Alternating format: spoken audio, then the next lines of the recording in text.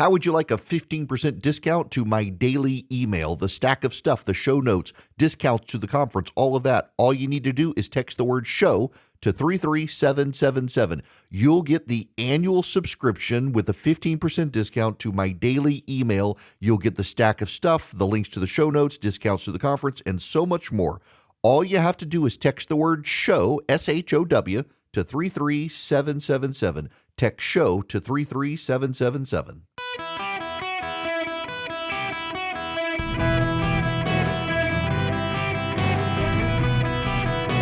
Welcome to the Eric Erickson Show podcast, Hour 3. Greetings across the fruited plain. It's Eric Erickson. Delighted to have you with me. The phone number 877-973-7425. Javier Milei at the White House, the president and his finance team, the vice president, they're assembled there with Milei. They're bailing out Argentina, trying to help him revive the Argentinian economy that was, it's wild. So he's a free market libertarian, and he's doing all the things that we should be doing to our economy. And instead, we're doing all the things that the Peronistas did in Argentina to sabotage its economy. It's just a wild juxtaposition there. And yet we're having to help him because his reforms are stymied in the Argentinian Congress, and their economy is not as pepped up as he wants it to be. I don't want to talk about that though right now. I want to talk about ICE. I told my ad sales team I would gladly do live reads for ICE. They're starting to run recruitment ads around the country on different TV and radio stations because they need new employees for ICE, and they're trying to get good people. Love Jesus, but Jesus screwed up your lawn? Join ICE. Don't like Jose's loud music as he drives through the neighborhood? Well, I've got a job for you. Call ICE. I mean, I could do some great live reads for ICE. Have people signing up, going to work for ICE. You know what's happening, though, is they're being doxxed. Now, what is doxing? I have been swatted. Swatting is where someone calls 911, claims to be you, and 911 sends the SWAT team to your home. I know a guy who had his home front door kicked in at 3 o'clock in the morning in Los Angeles by the Los Angeles County SWAT Department. His kids had nightmares for months after it happened, because he was writing about a guy who, a progressive activist who had back in the 70s gone to jail for mailing pipe bombs. And coincidentally, all of us who wrote about the guy wound up getting swatted, and then ironically sued by the guy for writing about it. Swatting is, they call 911. In my case, someone used the internet and called my local 911. Said that I, claiming to be me, had murdered my wife. She had made me mad. Her body was on the floor, and I was going across the street now to murder my neighbors because they were being too loud too, and I was going to shut them all up. And did so in a very calm and rational manner. My sister and brother-in-law were in town visiting. It was Memorial Day weekend. I think back in 2010 it happened. And I knew, like I'd already warned CNN at the time. I was working at CNN at the time that this issue was happening. And sure enough, a police officer pulls in my driveway. What's so funny is that we live near the interstate. And you can hear the interstate from our house, particularly when it's cool outside. You know, in colder weather, you can hear traffic louder because the air is denser, the sound travels better. When it's warm outside, you don't hear the noise as much. It was cool. You could hear the interstate. My brother-in-law commented, wow, I don't hear any traffic. This must be the first time I've been to your house. I don't hear it. And we don't have loud traffic, but you can hear cars go by on the highways and stuff. He's like, I don't hear any traffic. That's unusual. A few minutes later, the police pulled into the driveway. And the moment he did, I knew immediately what had happened. What I didn't realize is there was also an officer who was blocking the end of the driveway. Guy gets out of his car. My son comes bounding outside the house. He was like, at the time, I think 3 or 4 years old at the time. 3 years old. He would have been 3 years old. Police officer in the driveway. Thought it was the coolest thing. Guy's hand is on his gun, still in his holster. My son comes outside. I pop outside, and he looks at me. He says, "Aren't you on CNN?" I was on city council, too. And I said, "I am." He says, "I need to see your wife." And I knew immediately what had happened. And my wife comes outside, resolve the situation. He gets on his CB, and then suddenly we realize there were a bunch of police behind our house in the woods. The SWAT team had taken up, that's why you couldn't hear any traffic. They had blocked off the road. And yes, and so and we were fine, but someone had outed me online, my home address, and then this other person did this. Doxing is when you put people's information out online in order to get them harassed. It happened to me. It's now happening to ICE agents. On Facebook, a group had been set up where progressive activists were taking pictures of ICE agents, and people were able to put in their home information. So you knew where they lived, where they and their families lived, who they were, what their names were, what their addresses. Facebook has shut these groups down. Because what's happening is the ICE agents are now getting targeted for harassment. That's why they're covering their faces so much, is to protect them and their families from left-wing activists. But the left, in coordination with the American media, is demanding that these ICE agents remove their masks so that they can be doxxed. Now, here's the other part of coordination with the American media. What the American Press Corps is doing right now is blasting Facebook, saying, "You guys apologized for censoring COVID disinformation, and now you're shutting this down.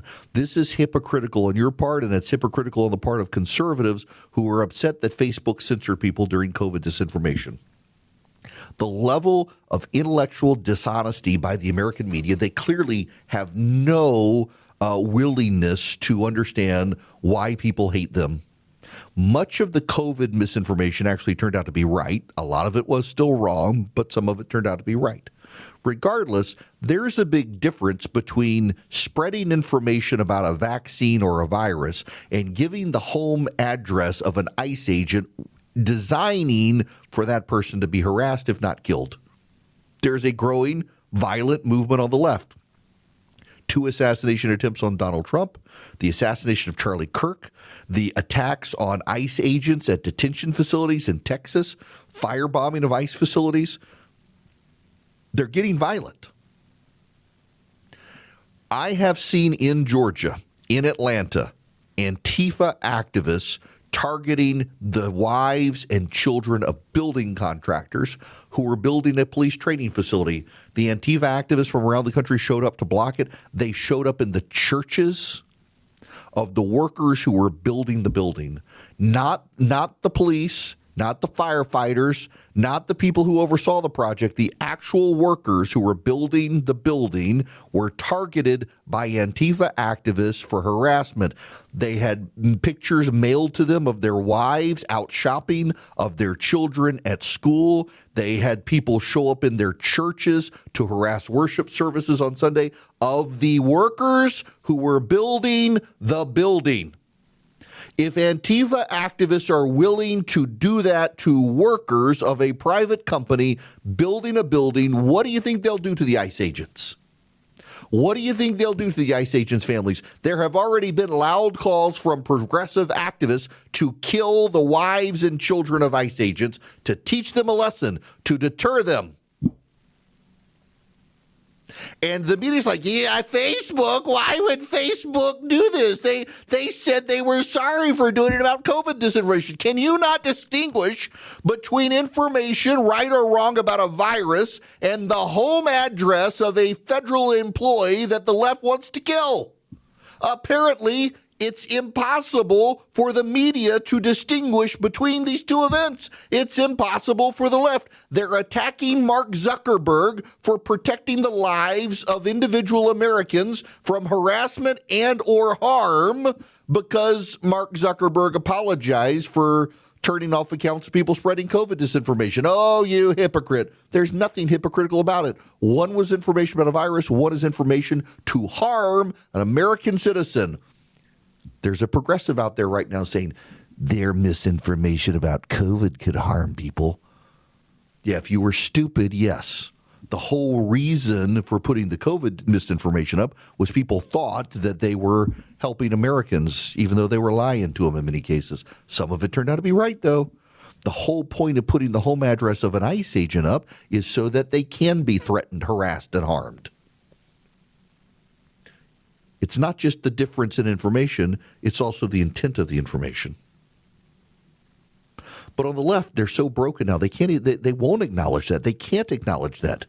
They actually think that by scaring ICE agents, they're helping people in the same way that people put up COVID misinformation, thought they were helping people. They're like, I'm helping someone escape ICE, the Nazis. I'm helping them escape the Nazis by putting up the home address of the Nazi. This is how broken the left has become. If they can't control the government, they hate the government and want to burn it down. All they know is power. And too many members of the American Press Corps are in on the game. Think of all the members of the press who have demanded ICE agents uncover their faces. They know why they're covering their faces. It's not for terror. They're not the Klan. It's to protect them and their families from harassment. These organized groups are targeting them. You know, the left is mad at Apple for pulling one of the ICE tracking apps that was being used to target ICE agents' locations so they could be harmed by the left. There were progressive activists intent on murdering ICE. There are still progressive activists intent on murdering ICE agents. They have really embrace the belief that these are Nazis. Listen, so while the President of the United States is bringing peace to the Middle East, this is Congressman Chris Murphy, who remembers he had told Democrats the day before Charlie Kirk was assassinated that they are at war to save democracy. They've got to get comfortable doing things in normal times they wouldn't do, and then Charlie Kirk gets gunned down. On the verge of an authoritarian takeover. We're in the middle of it. Now, it's not too late. We haven't lost our democracy. But, you know, we sometimes like to think of the first term Donald Trump, the bumbling White House that didn't seem to have any theory of the case from day to day. This is a very different White House, right? Stephen Miller and his gang, they have a plan. They have a plan that they are executing to transition our country from democracy to something fundamentally different, maybe even autocracy. And that's what I tried to lay out on the floor today, is how this plan is being operationalized every single day. But no, it is not a lost cause. Ultimately, what we know from history is that when a big enough portion of the population, the number's normally around 2%, show up to protests, are regularly engaged in peaceful civic action, enough sand gets thrown in the gears of the attempt to destroy the democracy that you end up saving it. So we have an opportunity in these elections this November to send a signal. We have an opportunity through the protests on October 18th to show the country and the world that we aren't lying down. So this is a serious moment. It's almost lost, but it's definitely not lost yet. You got to stand up and fight. Throw sand in the gears, Democrats. This is the man who says you got to get comfortable doing things you otherwise wouldn't be comfortable doing, that the norms have been thrown out, so don't behave normal. Do something. Still won't apologize for what appeared to be a call to violence the day before Kirk was assassinated. And now the Democrats want to take that violence to the homes of ICE agents, and the American media is outraged that Mark Zuckerberg refuses to allow his platform to be used as an assassination tool of ICE agents. They're upset with him for banning accounts of people trading the home addresses of ICE agents. Welcome back. It is Eric Erickson here. Let's go to Michael waiting patiently. Welcome to the show, Michael. How are you? What's going on, Eric? What's up? Hey, you were just speaking with terms to Antifa and just their delusions, and there's something that I keep seeing in the cesspool of social media world, and that's Antifa sympathizers comparing Antifa to World War II vets fighting the Nazis. I've literally seen photos of the Iwo Jima flag raising with the caption "Antifa at work," and then photos of D-Day with the caption "Antifa at work." And as someone who is an Army vet and the grandson of a World War II vet, it sickens me to picture someone with purple hair and a Soviet flag feeling as though they're on the same level as the greatest generation storming Omaha Beach. Amen. You're right, and they do it, and it has been going on now for a while. And in fact, I saw it again this weekend, as a matter of fact, from a prominent member of the media. Now I can't remember which one it was, but essentially is arguing that this is Antifa is just like World War II. How can you be opposed to fighting fascists? Did you oppose American World War II? It's like the problem is that anybody the left doesn't like these days is considered a fascist. And that includes the president of the United States, who they compare to Hitler. And this Hitler just got peace in the Middle East. Next, they're going to say, he's the Antichrist. He got wounded. He's delivering peace that no one thought was possible. He was thrown out of office and he was restored. He's the Antichrist. It's only a matter of time. I actually say that because I have a friend whose company I love, who dearly, dearly, dearly, passionately hates the president. And forget the Hitler stuff. He's convinced he's the Antichrist. He's like, look, he was wounded in Pennsylvania. He lost and he's come back and now he's getting peace where people didn't think it was possible. This is the Antichrist. It's like, calm down. Pretty sure a term-limited president is not the Antichrist. People these days, they just, Donald Trump is like, what do you call those things? A Rorschach blot. You look at the ink blot and what it looks like to you is it says something about your psychology. Donald Trump is one of those. He's a big ink blot. And when you look at him, it tells us a lot about you, the way you interpret Donald Trump. He breaks a lot of people. His superpower is to get other people to behave in the way they claim he is and the way they claim he behaves. Just fascinating American psyche. All right. We got to move on. First, I have to tell you about Hillsdale College. I mentioned earlier in the show their class on the Constitutional Convention. It actually was a good one. My highest grade in law school was con law. My highest grade in undergrad was con law. I loved the class in political sciences undergrad and in law school. I studied the Constitutional Convention in my American history classes, and I learned from Larry Arnn. It's a brilliant class on what it took to put together the Constitution. It's also got a great one of the Federalist Papers. You can take them. You do it at your own pace. They're 30-minute video lectures. They're entertaining. You're not going to get bored with it. Depending on the class you take, depends on the number of episodes, and they're all really good. You go to ericforhillsdale.com and you sign up, ERICK, ericforhillsdale.com. Sign up with Hillsdale College. Improve your knowledge of a subject. It's entertaining, it's useful, it's education, it's not indoctrination. They play it straight. They would love to have you. ericforhillsdale.com. Go sign up with Hillsdale College today. You don't pay a penny for it. You get a certificate of completion when you're done. ericforhillsdale.com. When we come back, we've got to talk about the Pentagon and the press and what Pete Hegseth has done and how it may actually backfire on the Trump administration. Fox News has now signed on to the boycott. Welcome. It is Eric Erickson here, 877-973-7425. Let me go to Robert calling from Springfield, Ohio. Welcome to the show, sir. How are you?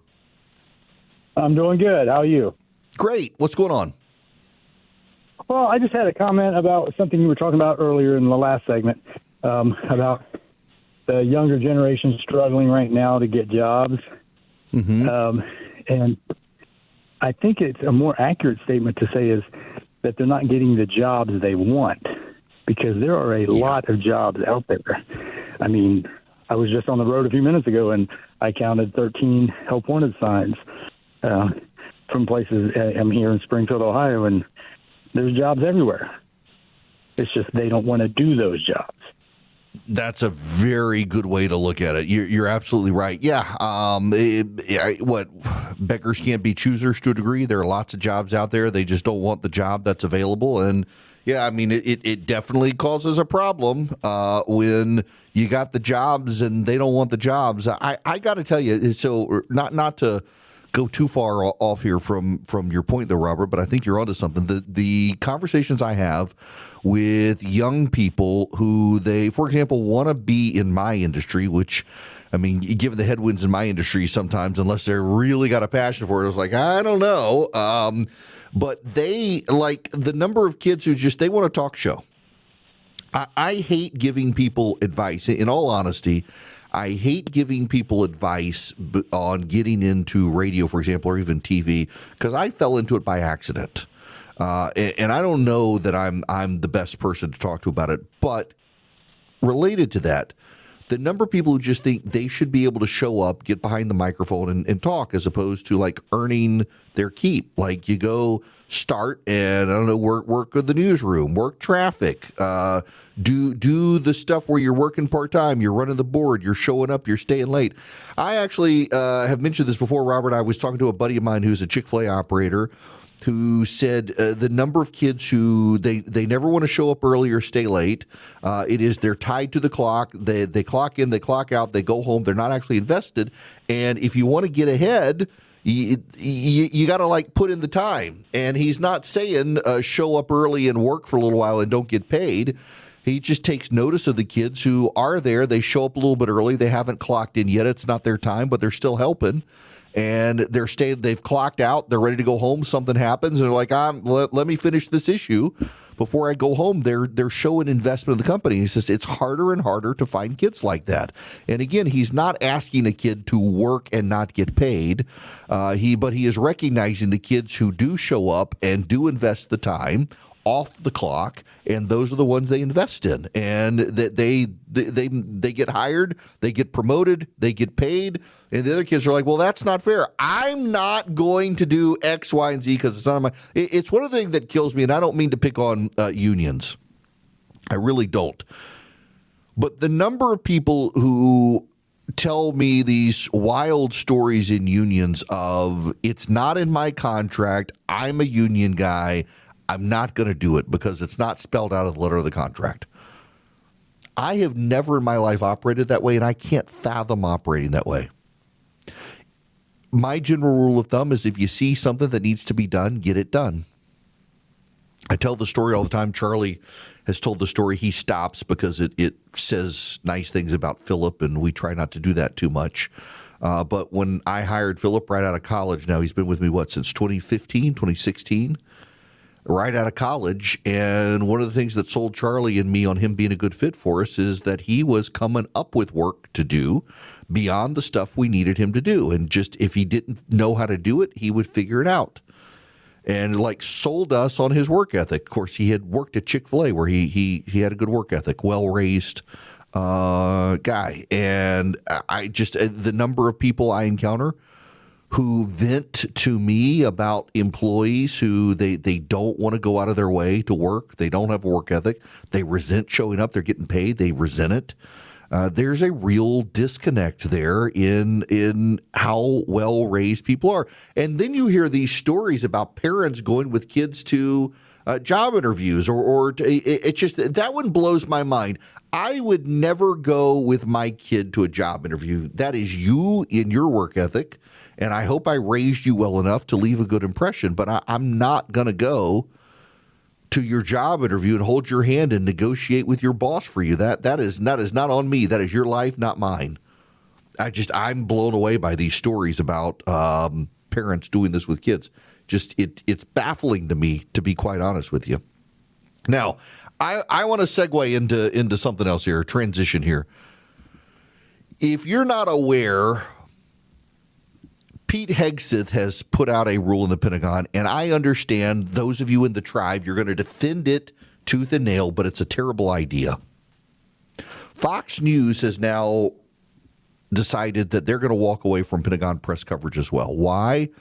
Because the Defense Department has issued a new press policy.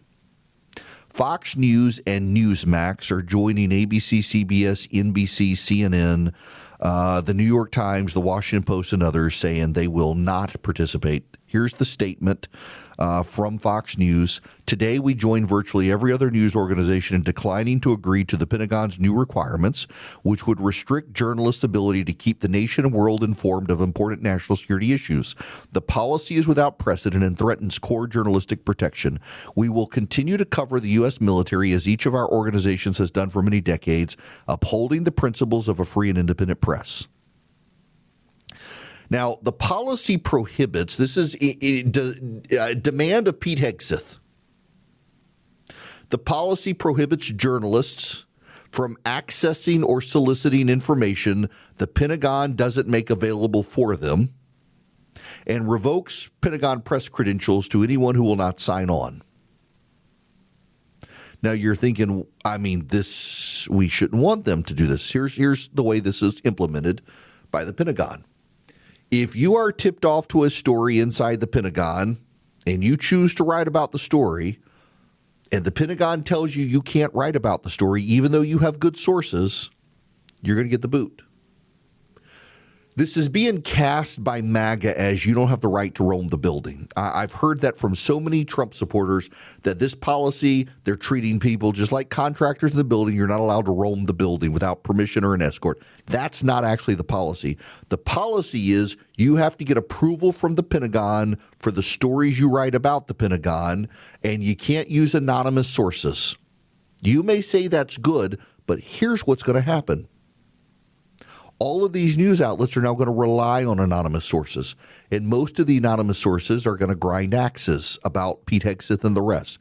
And so they're going to impugn the Pentagon through relying on, because you're not allowed now under this policy, no one from the Pentagon is allowed to talk to the press without prior permission. So the unauthorized sources don't have to get permission, and they are going to, the unauthorized sources, be more likely to have an axe to grind. It's a stupid policy.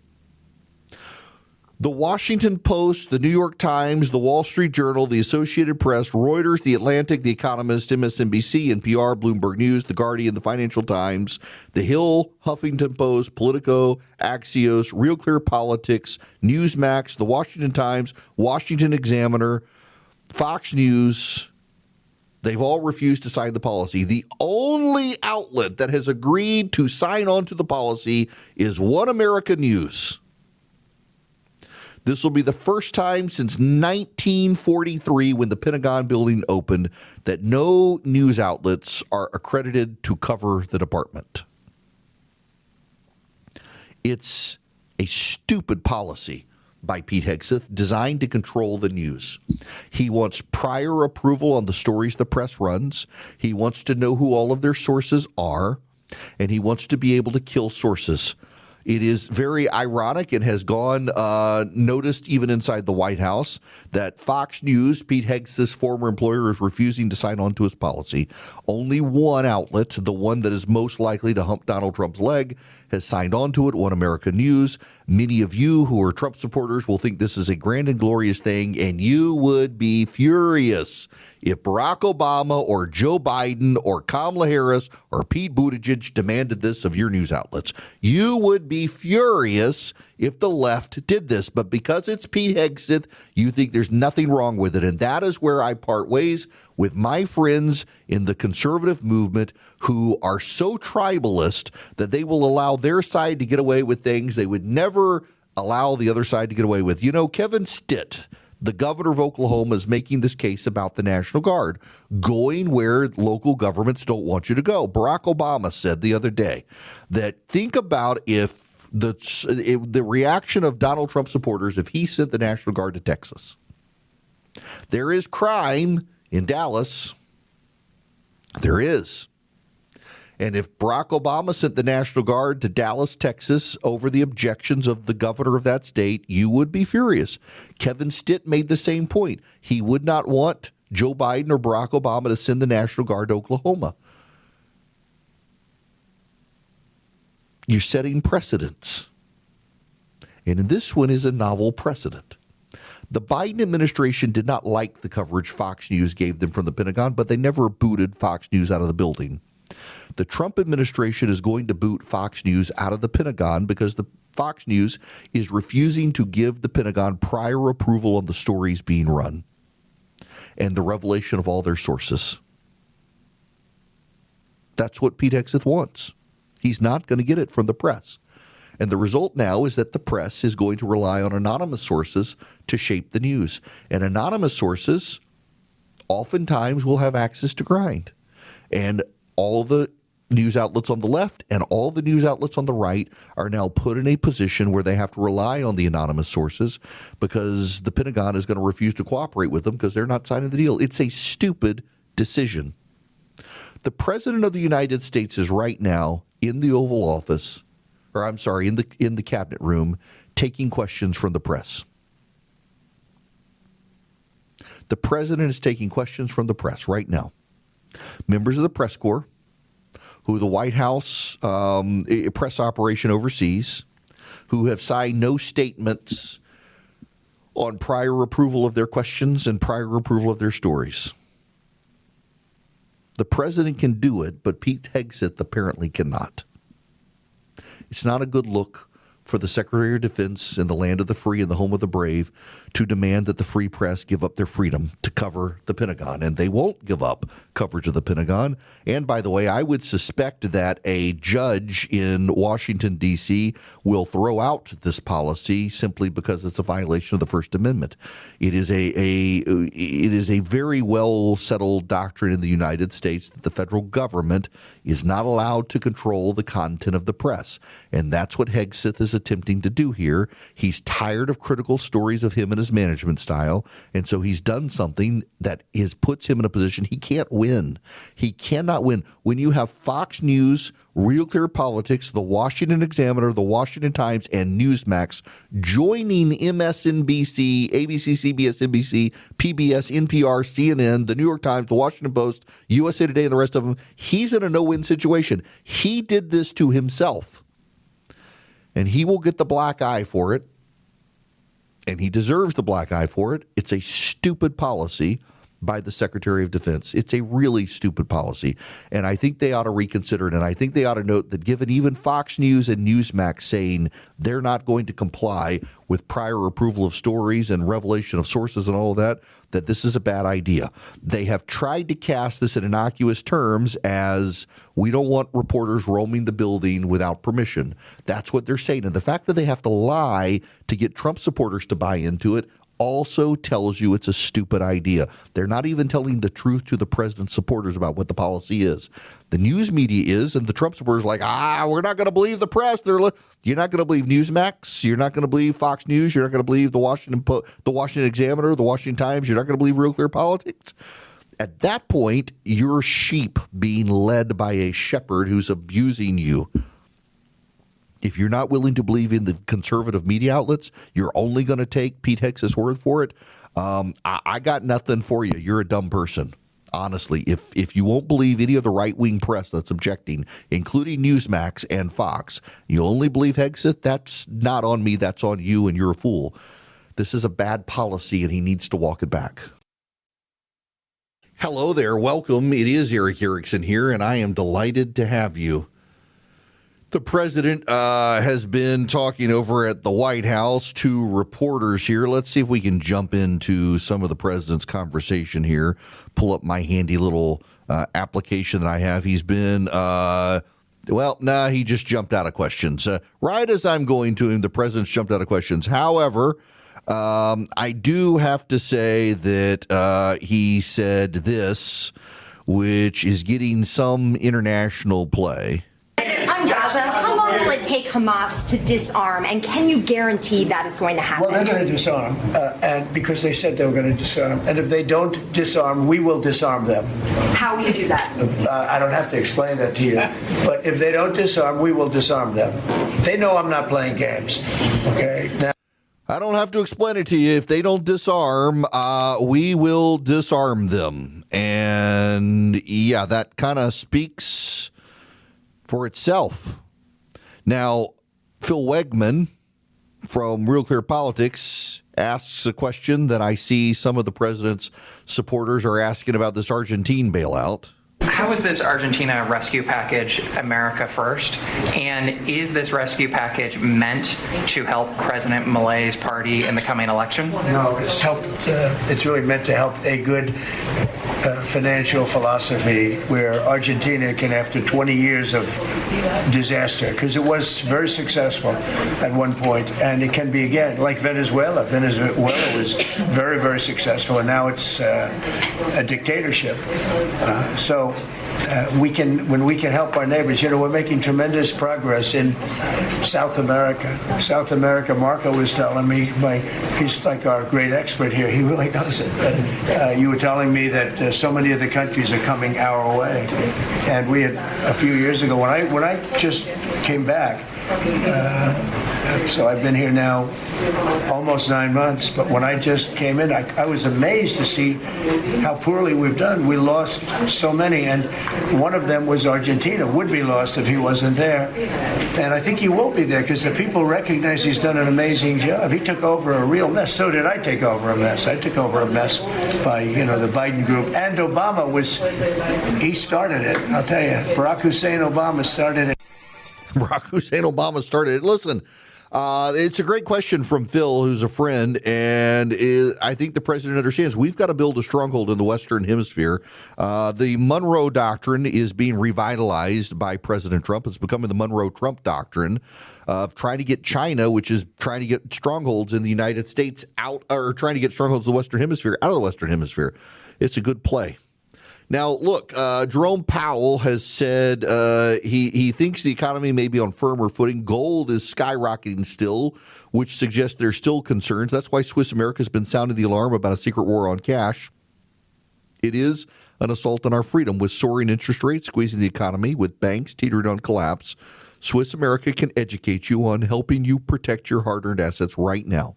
Get and read their report, The Secret War on Cash. You get a completely free copy by calling or texting 800-289-2646. The all-out war on cash includes digital forms of currency. The government's coming for your crypto, not just your cash spending. Get their report completely free. All you have to do is mention me when you call or text 800-289-2646.